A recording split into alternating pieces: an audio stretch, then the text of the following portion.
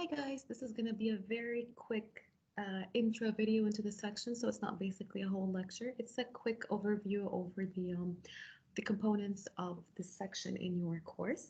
So basically what we're going to be covering here are the 4 components of an online or an engaging online lesson plan.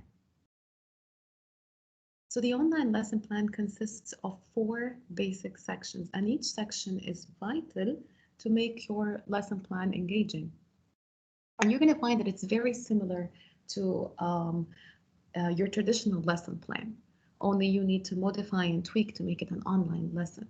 So you start with the warm-up phase over here, and we're going to talk more in detail about that next video. And then the next part is your part where you explain the presentation part, or as I like to call it, your mini lesson, because it's not an actual lesson.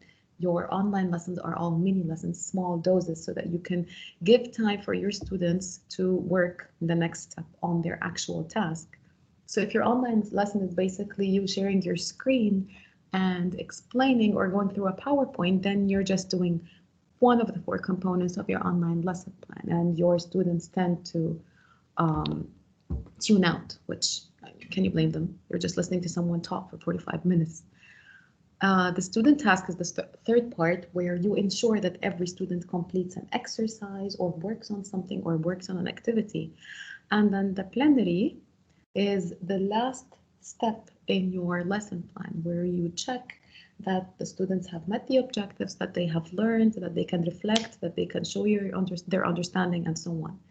So the problem with us as teachers is that we tend to drop one of those 4 parts of the cycle. And as you can see, each one is crucial in order to make your lesson plan engaging, to make it interactive. So it's not just a discussion, and it's not just you talking for the entire session. And it's not just students practicing without you giving them feedback. And that doesn't go unnoticed, and you can actually document and check whether or not your students met the objectives. Okay?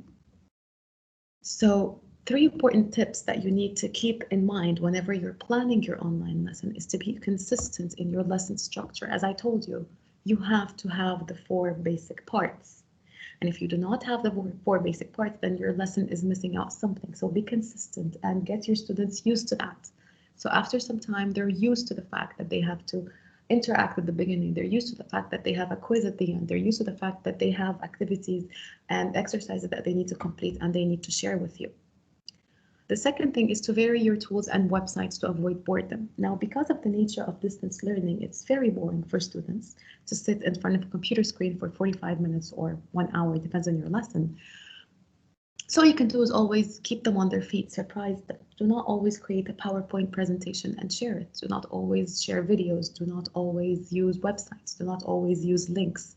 Vary your tools. Use different online tools, different websites to present your information, different links for online exercises, different games. And we're going to talk about that more in the upcoming videos. And the third tip is to get creative. And as a teacher, this is your job. Otherwise, your online experience is going to be extremely dull, extremely boring, and you're going to lose your students. So get creative. Create new activities, create new games. Look what tools are out there that you can use in different ways in your lesson plan. Do not stick to the basic static way of just sharing your screen and sharing a PowerPoint, or basically opening the webcam and explaining to your students. You will lose your students after some time. Students will tune out.